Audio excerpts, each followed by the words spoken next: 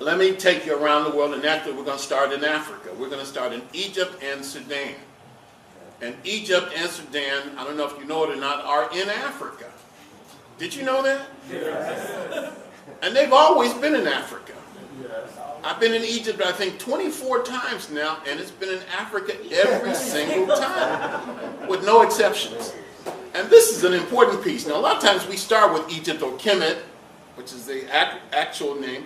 I taught a class last night, and a person asked me, Runoko, Dr. Rashidi, should we use the African names whenever possible? But a lot of us don't know the African names.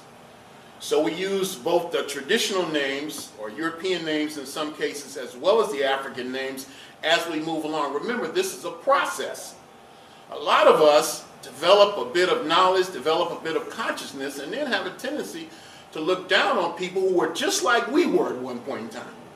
It's easy to be condescending and self-righteous when you get a little bit of knowledge. But condescension and self-righteousness are not a part of the admonitions of my aunt.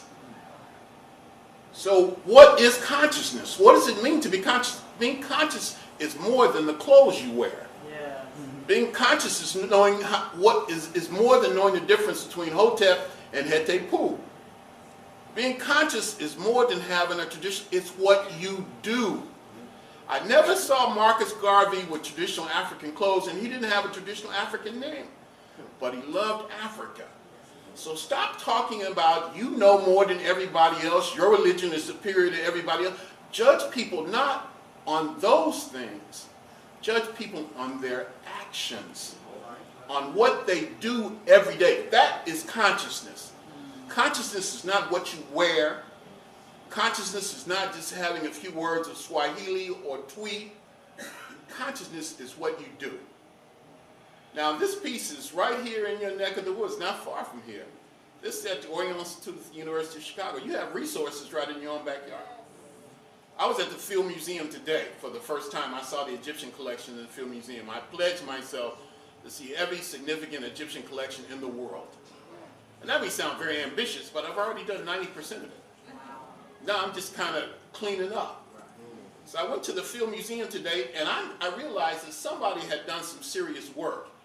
Because near the Egyptian section, there's a sign that's with a map that says Egypt is in Africa. Somebody put some pressure on folk to do that. Because you know these Europeans don't want to let up. Even now in 2017, I would imagine the average European scholar, in parentheses, would deny that Egypt was African. So you have resources right here, and I wanted to acknowledge that. Now here, it's you know, you run into politics too. This is an incense burner that's about 5,400 years old. Okay, it's older than any of us, even me. And this is not from Egypt, it's from Sudan, from a place called KUSH-THE. And this is where the kingdom of Ta-Seti was. The name Ta-Seti, T-A-S-E-T-I, means the land of the bow, as in bow and arrow. And it's important because this is a kingdom that precedes even Egypt. So Egypt is very ancient, but there were other kingdoms in Africa that came before that. And this is also important because it says that the impetus for Egypt did not come from Europe, did not come from Asia, but came from deep in the heart of Africa. Now the reason I say the politics come into play is because the way the piece is displayed, you can't see the king on the throne. You can see it in the books where you see the whole image photographed and demonstrated. On the other side of it is a man seated on a throne like this one, with a crown on that we are later to associate with ancient Egypt or Kemet itself.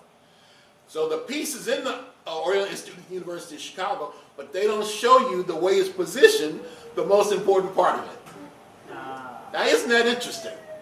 So the piece is there, but what makes the piece significant is turned around so that you can't see it or photograph it.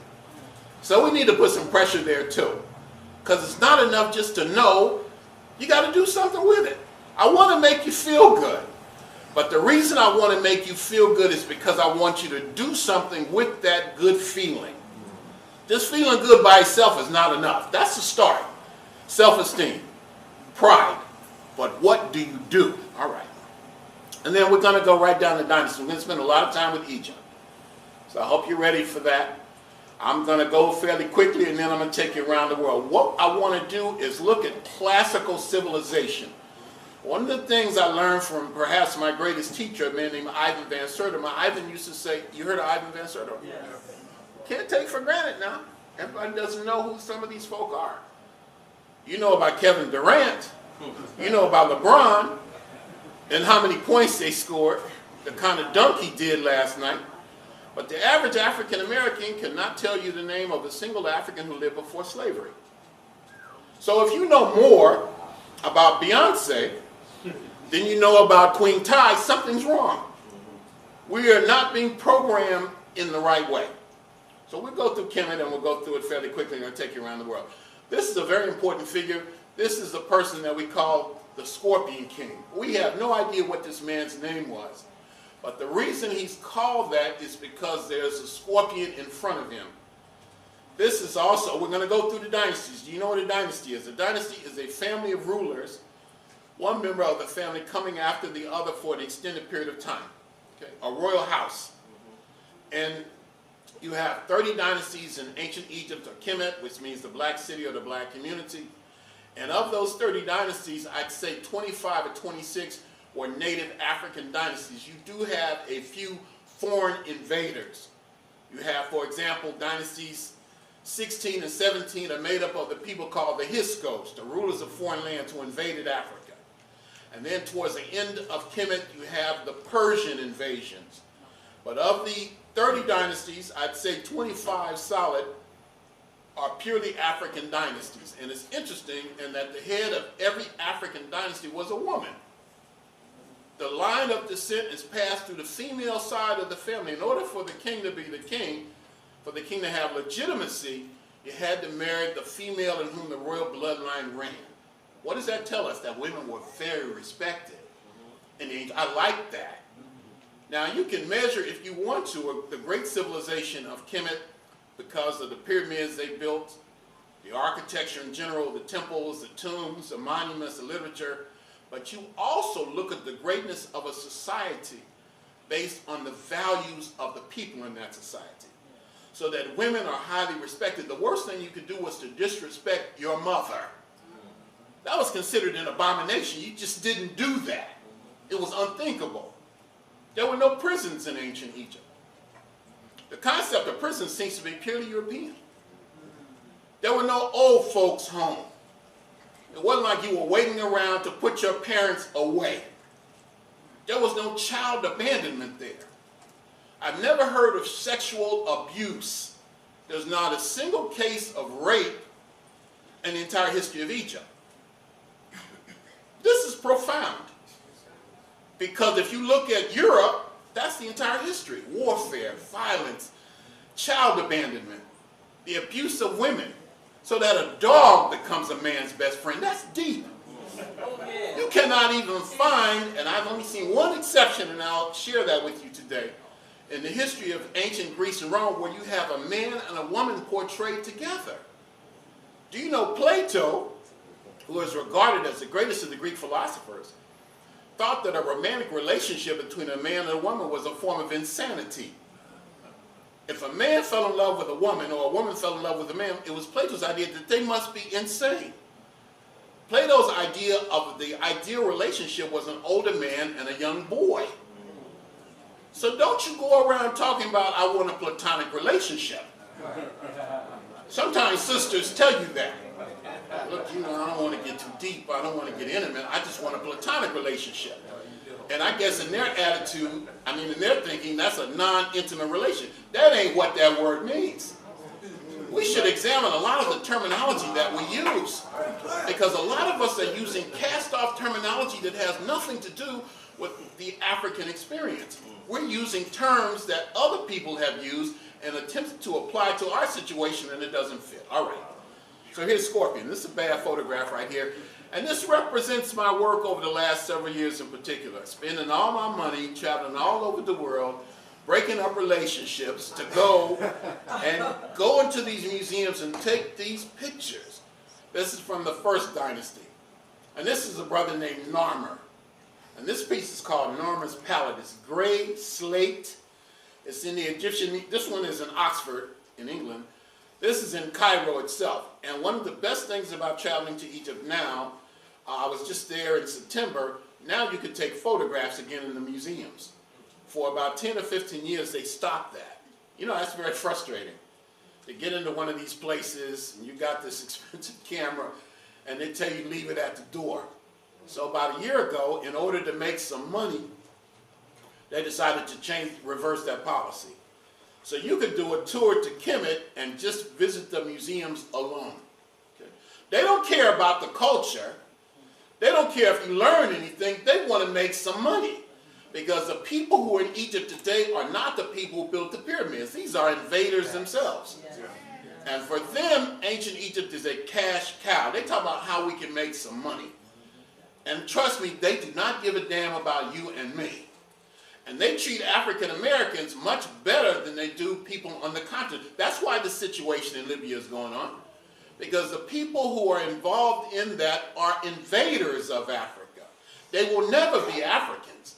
Just because you've been in a place for a long time don't make you native to that place. As Kwame Ture used to say, just because a cat has babies in an oven, you don't call the babies biscuits. You should apply that to the American experience. So y'all going around talking about I'm a black American, I have, questions with that. When did you start being an American, by the way? From the time you were taken from Africa, at what point did you cease to be an African and become something else? So these kinds of questions emerge in these kinds of presentations. Anyway, this is Narmer, and this is a classical image of an African king with a war club, a mace, about to bust the brains out of the enemies of Egypt. And that's what this represents. Many people would say this represents the unification of the southern kingdom, which we call Upper Egypt, and the northern kingdom, which we call Lower Egypt. All right, we're going through the dynasties. Now this is a nice one. This is in the Petrie Museum in London. One thing Europeans do well in is steal. If they don't do anything else well, theft, they excel in. Why do you think we're here? But they also took our stuff, and it's in these museums right now. Museums, by their very nature, are European institutions. The idea of putting things on display denotes a sense of superiority and ownership. And not only are our artifacts on display, but in many cases, Africans themselves have been put on display. And not just Africans. Geronimo was put on display. So there's a whole history in the United States and Europe of human zoos. And even white folks. You might remember a film called Elephant Man. And Elephant Man was a deformed Englishman who was literally put on display. This is not African. Purely European, because it denotes in their eyes superiority. Now this is Aha Mena. It has been suggested that from this brother we get the expression aha, which denotes discovery. And it's applicable even now because we are, in a sense, a new era of discovery. We're discovering ourselves. This is limestone. This is a beautiful piece, and it's very well preserved. This is 5,000 years old. Now he's from the first dynasty.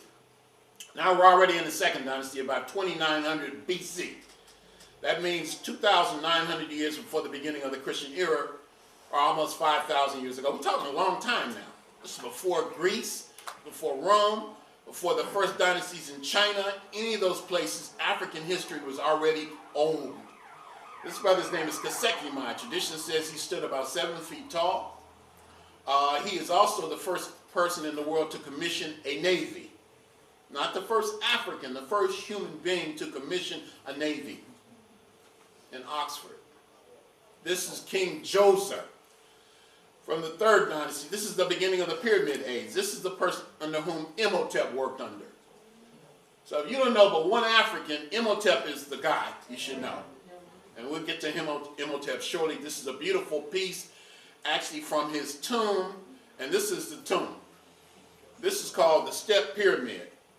And this is not only the first pyramid, but it's also the world's first large stone building of any type in Africa. This is from the end of the third dynasty. This is a brother named Huni. And this is his pyramid. So see, the pyramids evolved like everything. They went from basic to very complex. This is the first true pyramid builder. His name is Sneferu. And there is symbolism here. For example, look at those long, long fingers. Nobody has fingers like that. So the question would be, what did that symbolize? In order to understand ancient Egypt, you must understand African culture. The problem is, even the best of our scholars tend to interpret ancient Egypt, ancient Africa in general, through European lenses. Because Europeans have been the ones who have had the ability, controlling the world for such a long time, to go and do the research. They had access to all of these. Those are the ones who wrote most of the books. We were enslaved and colonized. And so now what we are doing is catching up. And a part of that is interpreting African reality through the work of these European writers. Some of whom were honest, most of which were not. This is King Khufu. Khufu is responsible for the Great Pyramid, which is called Khufu on the Horizon. It's probably the most perfect structure in the ancient world. I should have had a picture of it. I don't think I did, because as you can see, I was even working on the presentation when I got here. The Great Pyramid of Khufu, Khufu on the Horizon, is 486 feet high, nearly 500 feet high. That means it's 48 stories high. Hey, I got it. I didn't realize it was there. And that's me. Runoko Rashidi, legend in his own mind. This, in a sense, gives you some idea, although it's really, a picture can't really capture it. You got to be there to see it. I've been there a bunch of times. Sometimes if I'm leading a group, I'll go off on my own, just to stand there, and I still don't believe it. I don't think there's ever been a time where I haven't pinched myself and said, Runoko, is this a dream or is this real? Did human beings really do something like this? Did black people really do this? It's amazing that we have to come back and remind ourselves that we really did do great things at one time. That we really did have a history before slavery. The stones here, we're talking about 2.3 million blocks of stone. I suppose the average size is about the size of this table, if you can see it. The average weight of the stones are 5,000 pounds each. That's the average weight. Which means some of them might be 100 tons. Okay. Now, one of the two really remarkable things, one is the stone itself came from about 500 miles away. So let's suppose we're going to build something here on the south side, and we have to go to St. Louis to get the building material. Now that's an achievement in and of itself. And then having got the material, you have to put it together. And they didn't glue it together, they didn't use cement. They cut the stones so precisely that they fitted them together like a puzzle. Thousands of years ago. And these were not built by slaves. Let us remind ourselves of that. We know in many cases, even the nicknames of the people who built them. Some of these sisters and brothers had, and you know they were sisters and brothers, based on the nicknames. Nicknames like BB and Mimi and Didi. You know these are black people that we're talking about. It is said when they finished them, they covered them with limestone and polished it until it looked almost like it would glow. And it sits on 13 acres of land. Let's say an acre is equivalent to like a half a block. So let us imagine a diamond sitting on 13 acres, nearly 500 feet high. And what that would look like when the sun came out in the morning. No clouds in the sky. This is what their ancestors did. So, you know, if you could do that, we don't have a need to build another pyramid. But there are other needs that we have. So if you believe you did great things, you can do great things. All right. These are just pyramid builders right here. I shouldn't minimize them by saying just pyramid builders, but there's so many. His name is Rashidi, and even this one is beautiful, even just the fragments. This is in a place called Hildesheim, Germany. I don't know if I saw any black people that whole day. I was in Hildesheim. And this is Khafre. He's the second of the great pyramid builders, and he's also responsible for Horamaket, the Great Sphinx. And here he is again. This is beautiful. This is limestone, just in Boston. And this, hey, look, I can stop right now. This is really what it's about. I love to see, and I cannot apologize for this, I love to see black men and black women together. We need each other. We may be mad at each other. We may call each other all kind of names. We got all kind of baggage, all of us. but we need each other. There's no getting around it. Now, if we can't even do that, how are you going to talk about black liberation? If black men and black women can't come together, then, I mean, hey, it's lost. This is the basic building block. And that doesn't mean to be racist. Racism is not loving yourself. That's called self-preservation. That's called common sense. We should all want to be with somebody who looks like us. If you knew your history, she's not behind him, she's next to him. And you know what? They look proud, and they look happy, and they look content, and they look secure. This is what I call noontime love. This is from the 5th dynasty. This is one of my favorite kings. His name is Sahura. I love that. Dynasty 5. This one, I don't know. I may put it in my new book. I'm working on a book called The Black Image in the Ancient World. Now, what am I calling it? Beautiful World and Divine, The Black Image in Antiquity. And it's just images. My publishers really want me to finish it. Images from the museums. So I don't know if this is going to fit. His name is Usere, and this is from the 5th dynasty. It's not the best photograph, but something about it draws me. Now, this is from the 6th dynasty. Here you have an African queen and a female aspect of God, aka goddess. This one is important because it's the first image that I know of in the history of Kemet where you see a pharaoh, a king, painted black. Now these are black people we're talking about. This is Africa. These are black people that we're talking about. But black is also symbolic. What did it symbolize? In ancient Egypt, black symbolized deification. It symbolized divinity. In other words, black was the color of God. And every now and then you will see a pharaoh, a king, and sometimes a queen mother painted black. That means they were highly significant. This one is 4,000 years old. His name is Nepeped-Ra Mentuhotep II. All right. The same king, and this is one of his wives. Now the king, for political reasons, for diplomatic reasons, might have numerous wives, but there was always the great wife, the great royal wife. And some of these sisters and brothers were really very much in love with each other. I mean, romantic, mad, crazy love.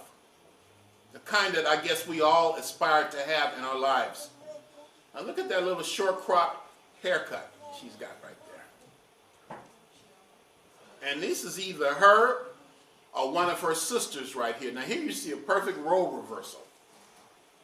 Now, this is the way most women in Europe, in Kemet were portrayed.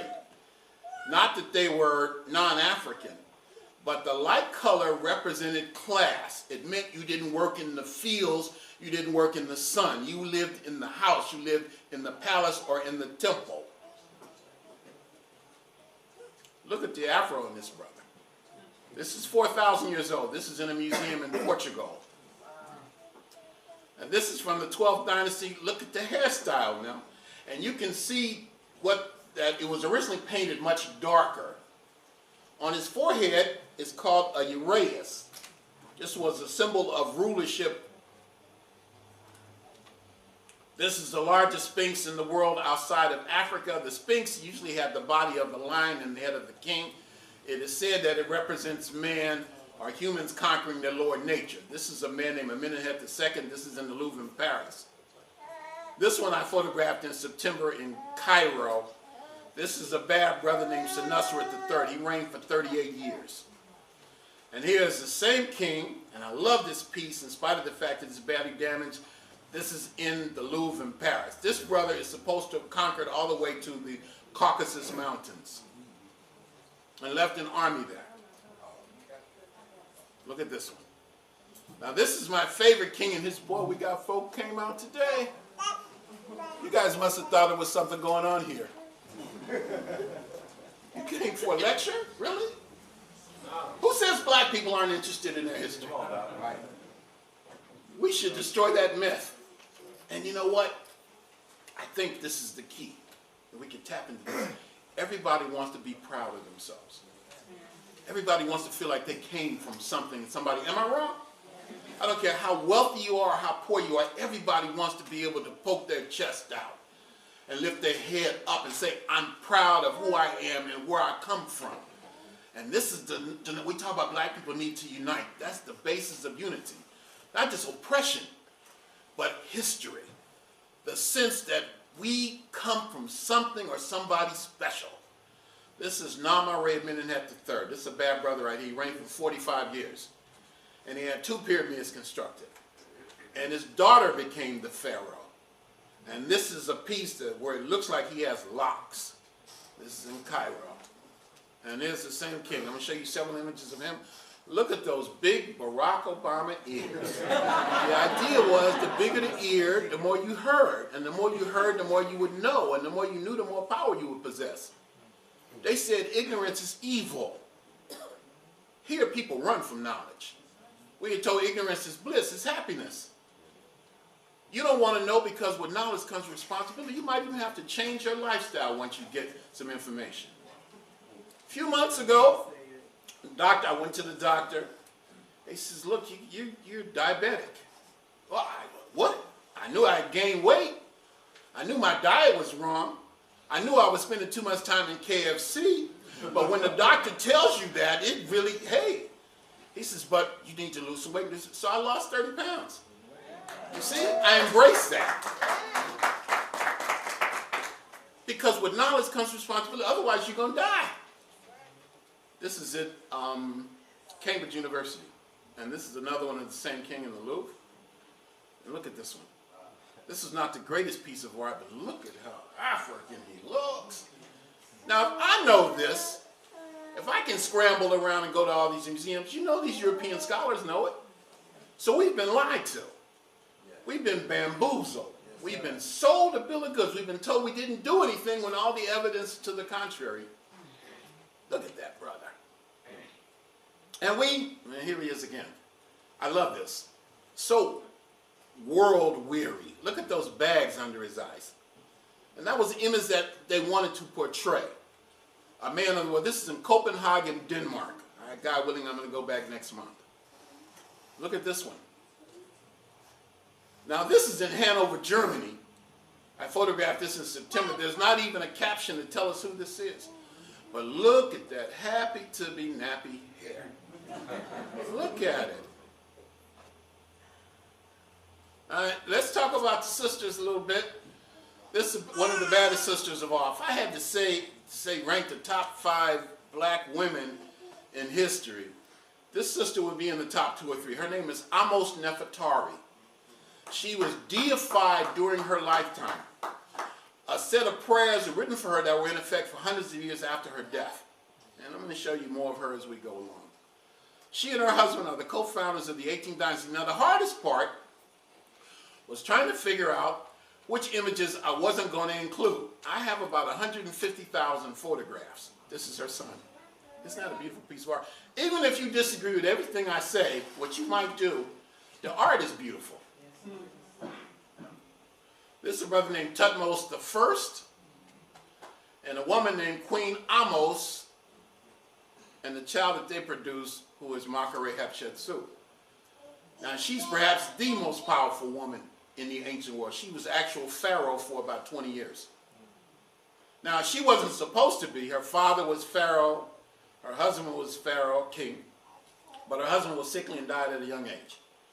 Now, Egypt had undergone an invasion by a group called the Hyksos, and it lasted for over 100 years. So these Africans say, we ain't never going to let this happen again.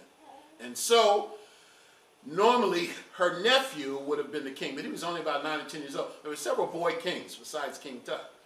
So they agreed that she would run things until he was old enough to be the king. And once his sister got into power, she said, later for that. I don't care how old he is. In fact, I'm going to come up with a story. And the story is, my father was actually not Thutmose I. After all, my father was God, Amen, Amen, who came down from heaven and impregnated my mother. Who can tell me I'm not fit to rule the country? And that's what she ran with. And she did a pretty good job. And this is from a temple at a place called Deir el-Bahri. And look at this sister in the middle, this full-figured sister. She is the queen of a place called the Land of Punt.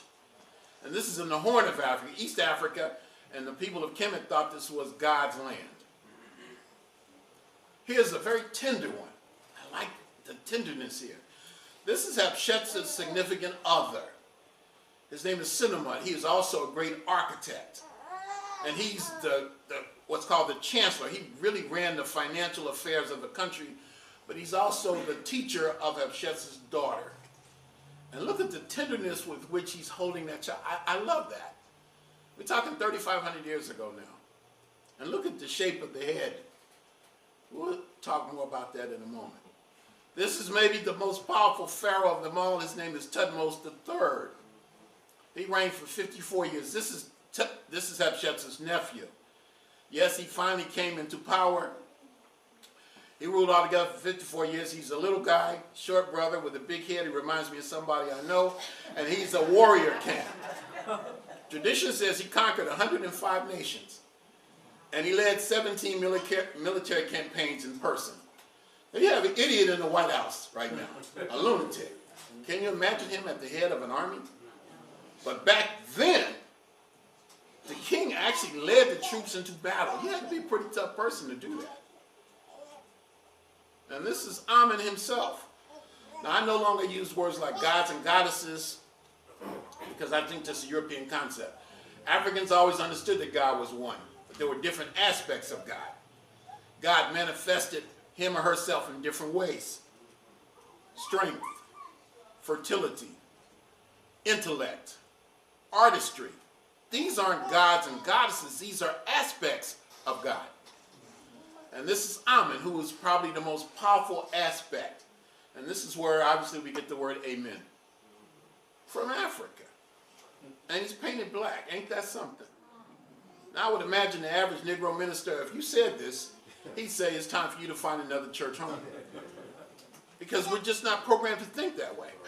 The church used to be, and in some cases still are, very progressive institutions. But in many cases, the churches are at the rear of the struggle. Not at the beginning. This is a man named Amenhotep II, and this is Amenhotep III. This is the father of Akhenaten, the grandfather of Tutankhamun, the father-in-law of Nefertiti, and the husband of Queen Tai. He is called Egypt's dazzling son. He is called Amenhotep the Magnificent. And I'm going to show you several images of him. This is from Berlin, in Cleveland, in London. Look at that. Look at the hair. Back in Berlin, in Cleveland, and this beautiful one right here is in the British Museum in London. But what good is a king without a queen? And so this is Queen Tai. He selected well. They met when they were teenagers. He was about 17, she was 15, and they fell in love. And you see them together a lot. Which is interesting because she is not of royal birth. She is what we would call a commoner. But Amenhotep III must have really been strung out. And this is his queen. Look at this sister right here. As a young woman, look at that. This is in Florence, Italy. Look at this. This is about this big.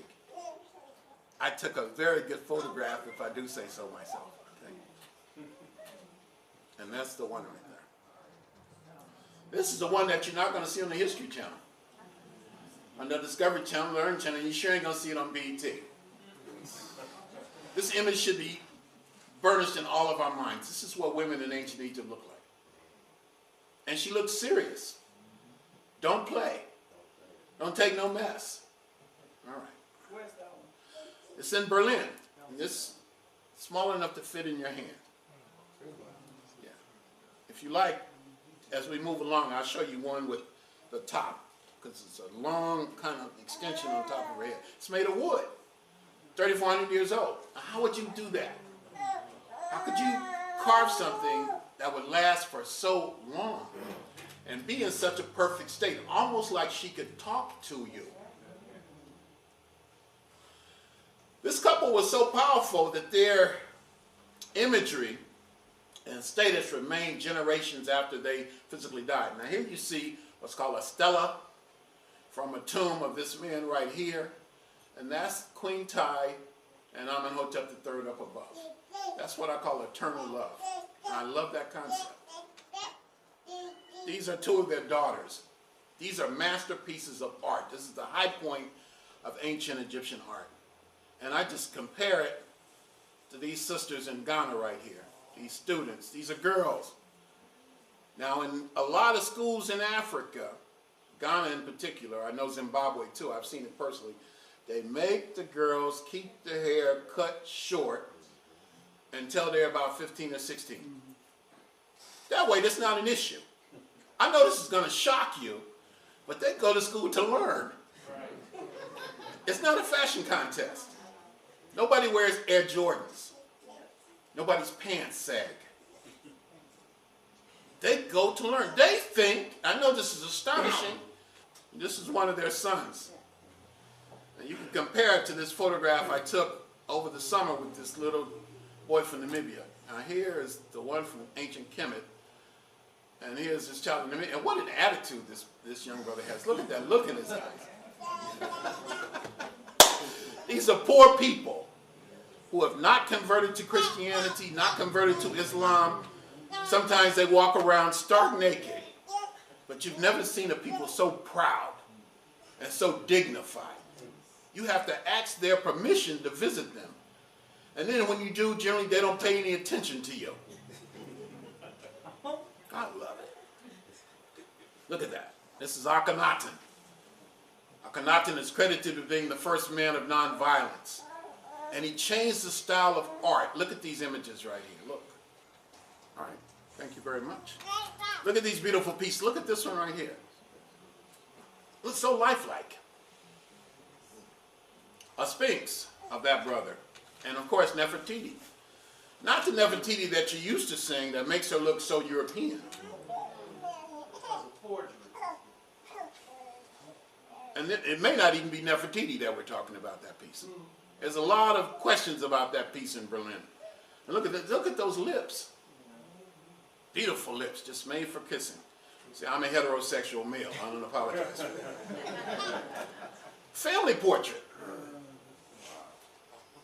And another one. Look at those big-headed children. Let me show you some more of those. Now look. And look at that one. And look at this one. These are not aliens. They thought that was a form of beauty. And apparently they would do that from the time they were young. There's a group in Africa right now called the Mangbetu in Central Africa that still do that today. To me, it's beautiful. These are called the Amarna princesses. Amarna was the new city that Akhenaten developed. Now here's one of those girls, and here's another one. I don't know if it's the same girl portrayed twice or two sisters. And then here, these are all from the same period. This is called, in the museum in Berlin, A Stroll in the Garden. And this one of King Tut and his wife. So you see this consistently. Men and women together. Not women subordinate or inferior to the male. All these are Tutankhamun, but here's one you may not be used to seeing in King Tut. And here's another one. They stand right next to each other in the Egyptian Museum in Cairo. Now let's see if you can tell the difference. There's one. And then they look very similar, but they're different. And this is almost Nefertari, again, painted black because black represented deification. Look at the hair. These are musicians at a banquet. And this is from a tomb. And you see these cones on top of their head, they're made of wax. And there's perfume in the wax. So that when it got hot and you started to sweat like I am, the wax would melt and get in your hair. So you walk around all day with this sweet smelling perfume in your hair. They like to look good. They like to smell good. They like to party. They like to make love. They like to eat well. They like to live life fully. Look at the hair here. These beautiful, heavy braids and locks. Now this one I photographed this morning in the Field Museum in Chicago. Tell me that image doesn't have any, huh? Who does that look like? Michael Jackson. Tell me that don't look like Michael Jackson. How old is that? This is, it's older than Michael Jackson. This is from the 1890s. This is about 1300 BC, 3,300 years ago. Look at that. Now I wonder if Michael saw that. Seriously, it's in the Field Museum. I wonder if he saw that and said, "That's what I want to look like." I'm just speculating. I'm not saying that's a fact, but it's something to think about. Well, I wasn't going to talk about the nose, man. Because we're going to go down that road, you see. These are the last rulers of the 18th dynasty. It's 4:30. I wonder if this might be an appropriate time to take a 10 or 15-minute break. I know we said 5, but I think this might be good. It's a little crowded. It's a little hot. So let's take a break, okay?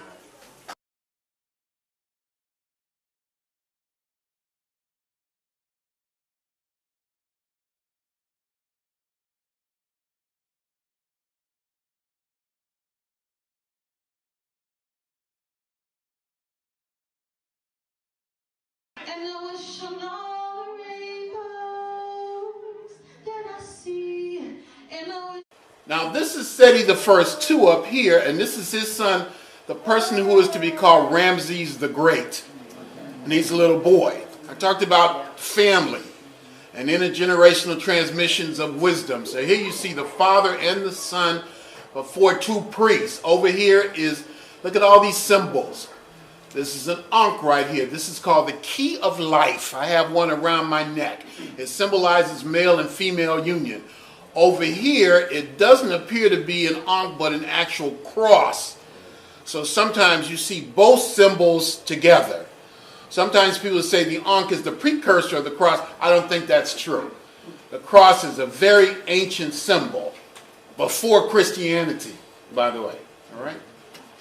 There he is as a youngster, Ramses the Great. And look at the scalp lock. And again, that same little child with the attitude from Southern Africa. This is just to show that Egypt was African. It wasn't from the Middle East. It wasn't European. It wasn't Asian. It was purely African.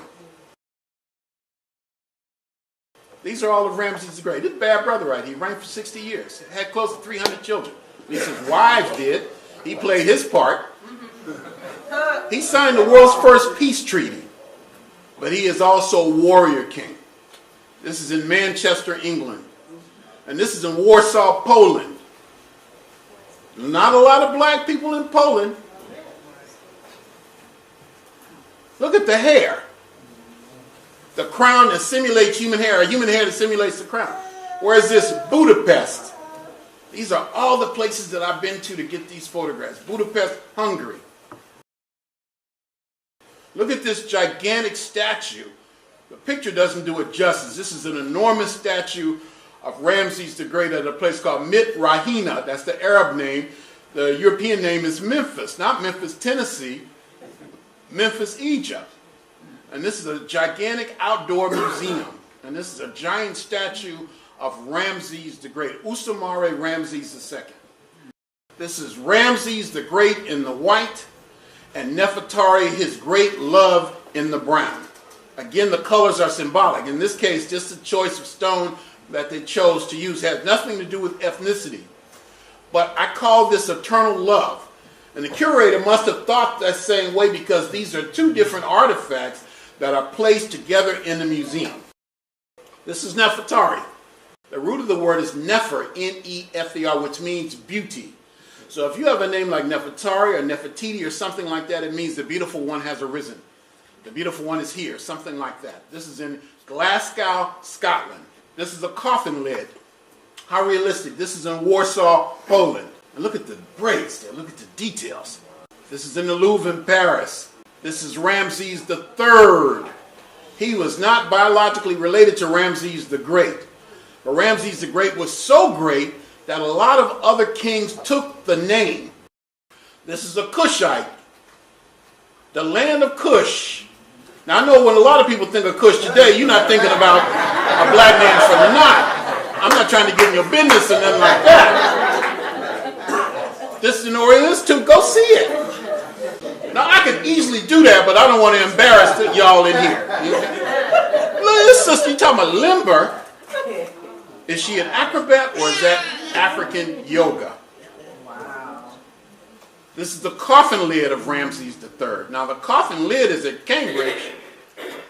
Another one of Amos Nefertari, painted black. Most of them are painted black because she was deified. A little woman, about 5 feet tall, with thinning hair and buck teeth. They actually found hair extensions in the tomb. And they loved her.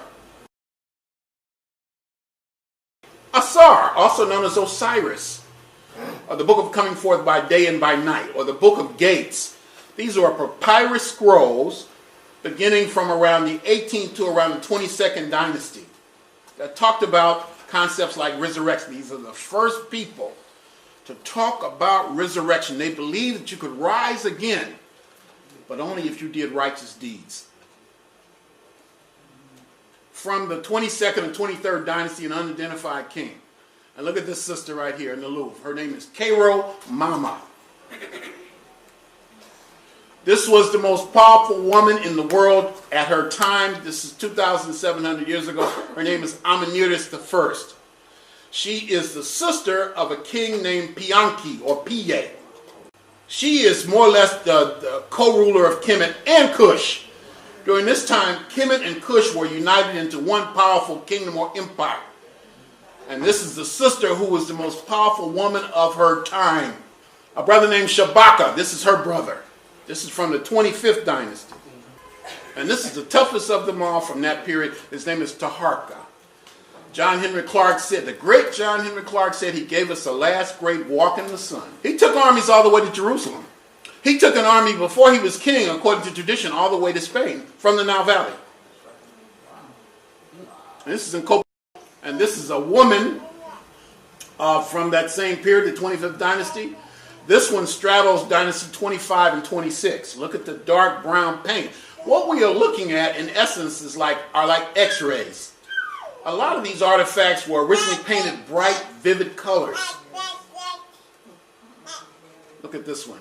You do see a certain amount of them with the noses knocked off. Yes, I don't think that's the result of foreign invasion. I think that was a religious ritual associated with death. Now, the average sister or brother, if you ask them, well, white people knocked them off. This is a brother named Amasis, and this is in the Capitolini Museum in Rome. And this is Aset and Heru, Isis and Horus. Tough sister right here. This sister was a magician. She could fly. She could grow wings and fly like a bird. She invented the wedding ring, according to tradition. She is responsible for the concept of domesticity. She is the significant other of Asar or Osiris. And this may be the first clear example that we know of the virgin mother and child. All right. Now who is that? Imhotep. If you know anybody else, you should know him. Why am I showing him now? Although he lived in the 3rd dynasty. Because in the 26th and 27th dynasty, he was elevated to the status of a deity. Now that's pretty deep. 2,000 years after his death, he was elevated to the status of a deity. In this case, the god of writing. He is the world's first scientist. He is the world's first known multi-genius. Before Michelangelo, before Leonardo da Vinci, before Einstein, before Isaac Newton, before any of these guys. Our brother reigns supreme, the father of medicine, the world's first architect, etc., etc., etc. He was so powerful during this period of time when the Africans had libation ceremonies. Libations is when you take a drink. It could be gin, it could be snaps, it could be water, it could be any of a number of things. And you pour it in the ground and call on the ancestors. During this time, other African writers, before they would write something, had their own libation ceremony. They would pour ink in the ground and ask themselves rhetorically, could there ever be another like Imhotep? That's pretty lofty praise. 2,000 years after, this is from the 30th dynasty, the last native dynasty. This is either Nectanebo the first or Nectanebo the second, we don't know which.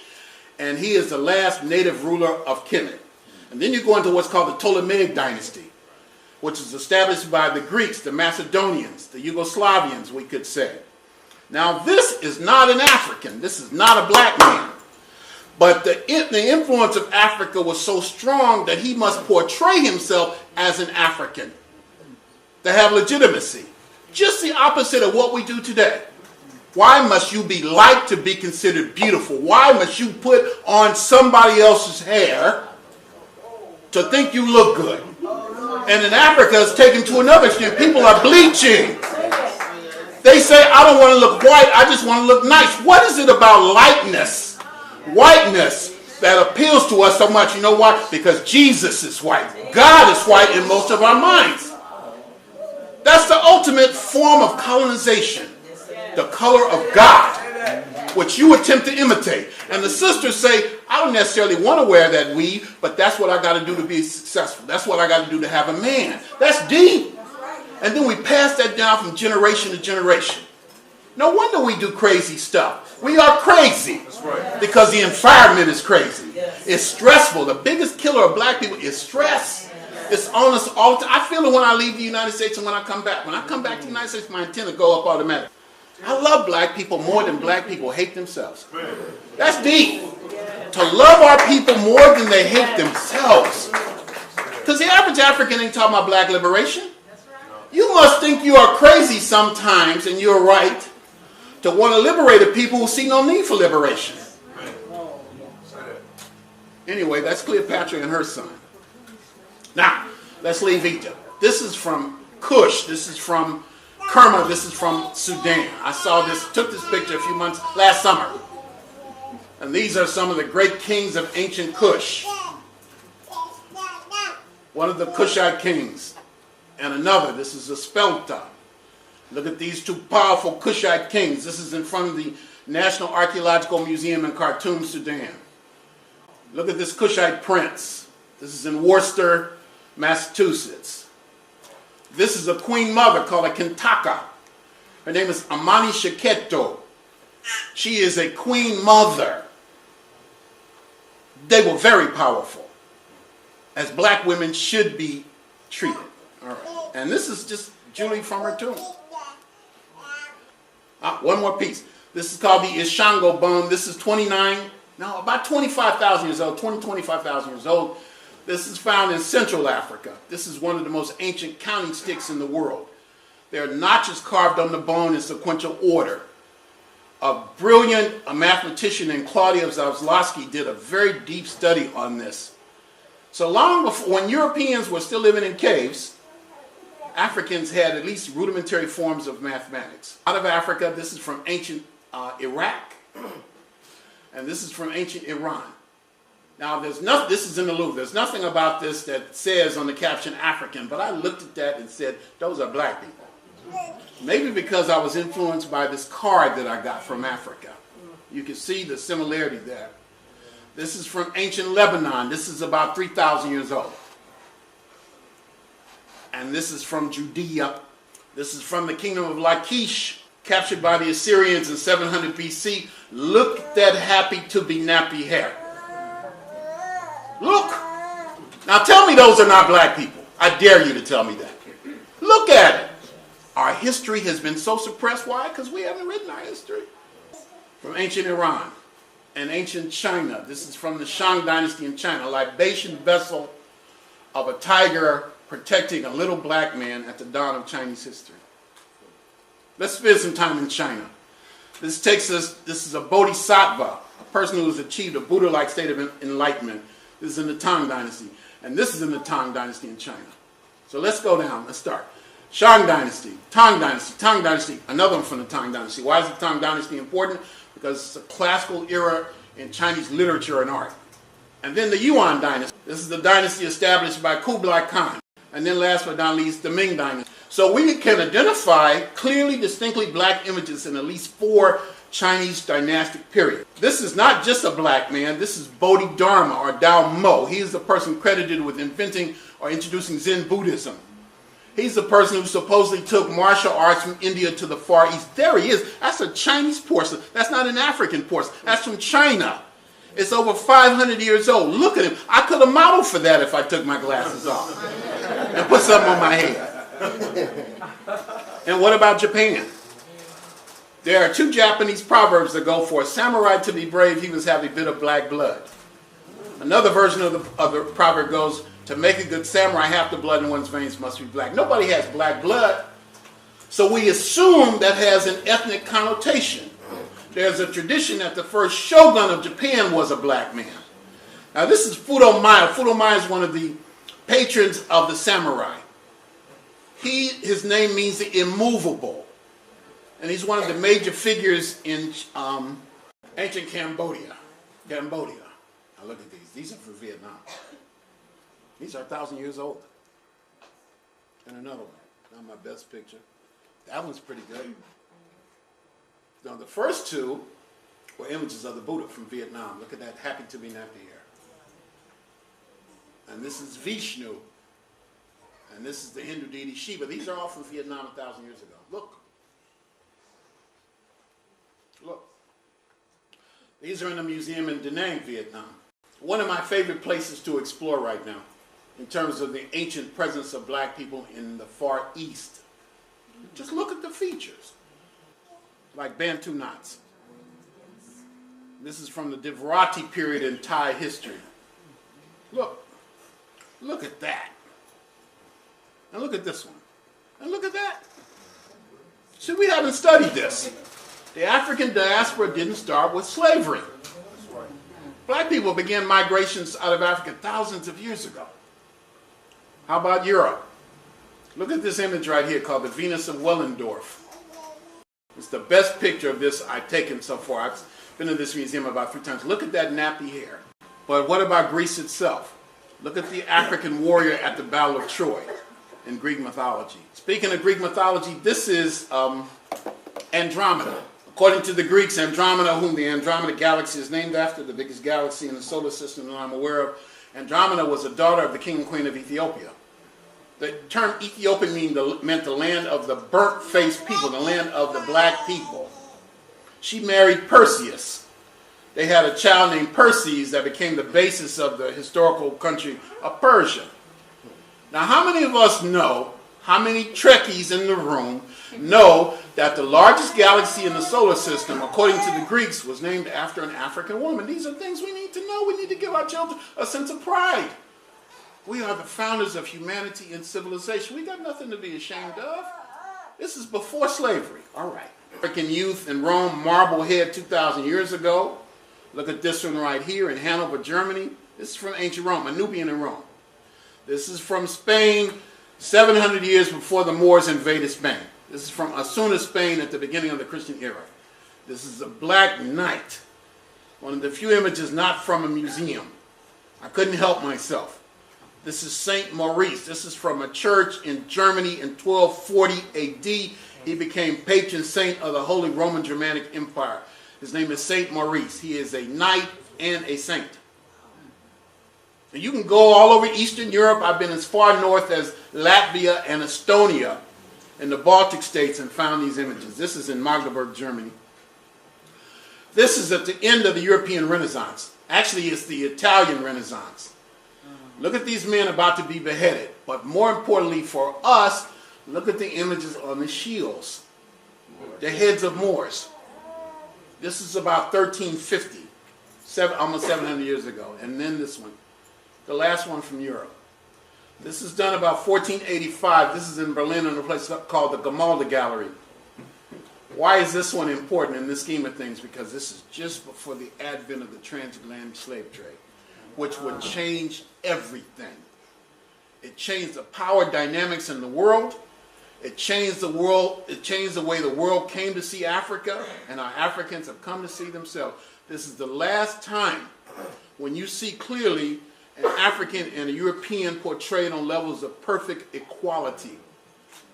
So we are the victims of the slave trade. And that's why we wanted to show you history before the slave trade. Our history didn't start with Chicken George. Now let's finish up with the Americas. This is from Guerrero, Mexico. This is 3,400 years old. This is a little head of an African at Princeton University. But mostly what we know about the ancient African presence in the Americas is from the Olmec civilization, and what stands out the most are these magnificent heads, of which we've been able to see 20 or identify. I've seen all of them, photographed all of them. Last time I was in Mexico, which was in August of this year, I was told they had recently found 2 more heads, but that they were small ones, but that the people found it didn't want to tell the government, because if they did, the government would come and get them. This one is called El Rey, the king. And here's another. I'm going to show you about 8 of them. Look at this one. This is one of the smaller heads. These are 3,000 years old. It's before Columbus, before slavery, before any of that. What are these black people doing in Mexico at that time? They certainly aren't slaves. Some of these heads weigh 100,000 pounds. You would not erect a head of 100,000 pounds to an enslaved person. They must be a person, maybe even a deity. But they must have been very significant. Now, you know where we get most of the resistance to this is from Mexican scholars. We're saying, we're not going to let you black people take our history from us. I said, I'm not trying to take your history from you. I'm telling you there were Africans in your history. There were Africans there.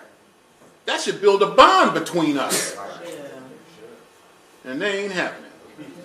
And I ain't backing off. Look, I take groups to Mexico every year. I encourage you all to at least get one of my cards. So we're driving down the street. I'm supposed to lead the group through the museum, but I hadn't been to the museum. We're driving down a busy street. All at once I see a big white building over there.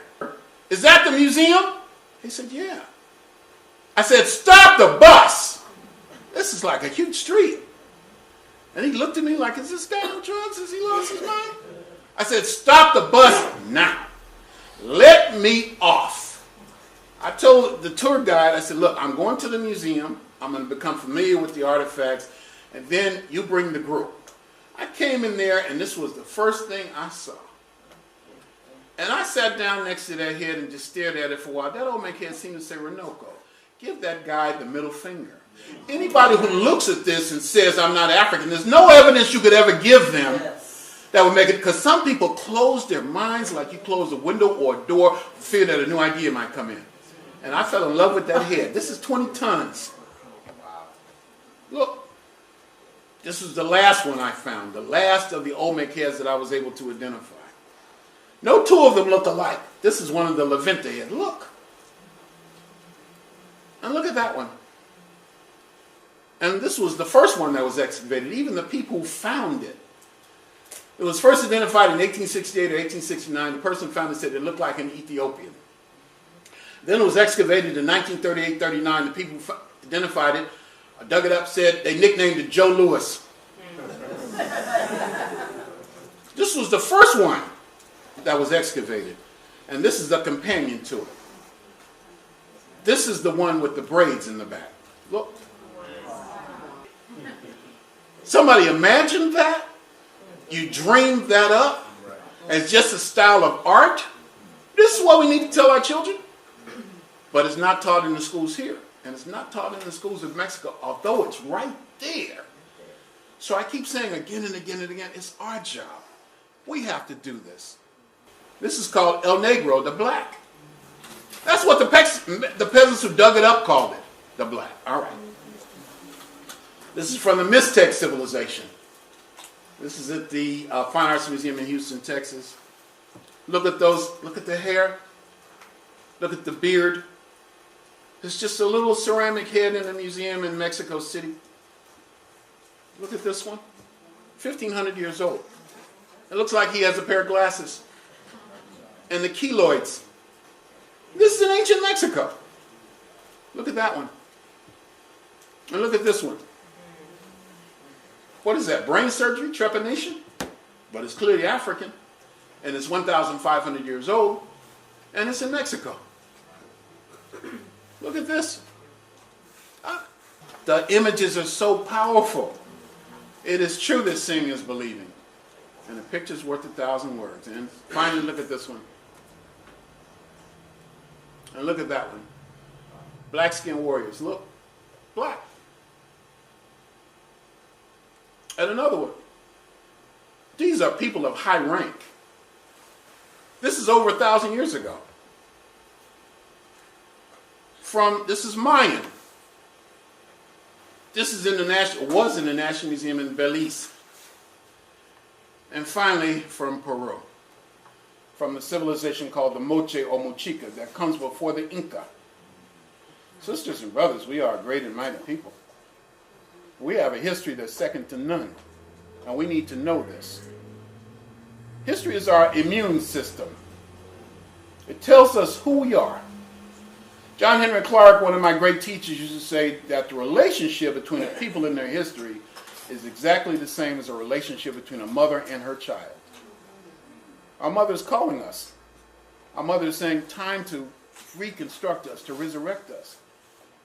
And this is the basis of the future, to go back and lay that foundation so that we have a sense of confidence, so that we can believe in each other again, trust each other again, love each other again, because in essence, that's really what it's all about. Am I right or wrong? So, I could show you about 140,000 more photographs, but I think that we've been very, very productive, okay? I hope I've given you something to take with you. And then the question becomes, what now? What next? Where do we go? What do we do? How do we take our knowledge of self and translate it into something concrete? Thought without practice is empty, and action without thought is blind. Marcus Garvey said it best. I got some Garveyites in the room. Up, you mighty race, you can accomplish what you will. But in order to stand up, you got to have a foundation. You can't hate the roots of a tree and not hate the fruits of the tree. So that's my message to you today.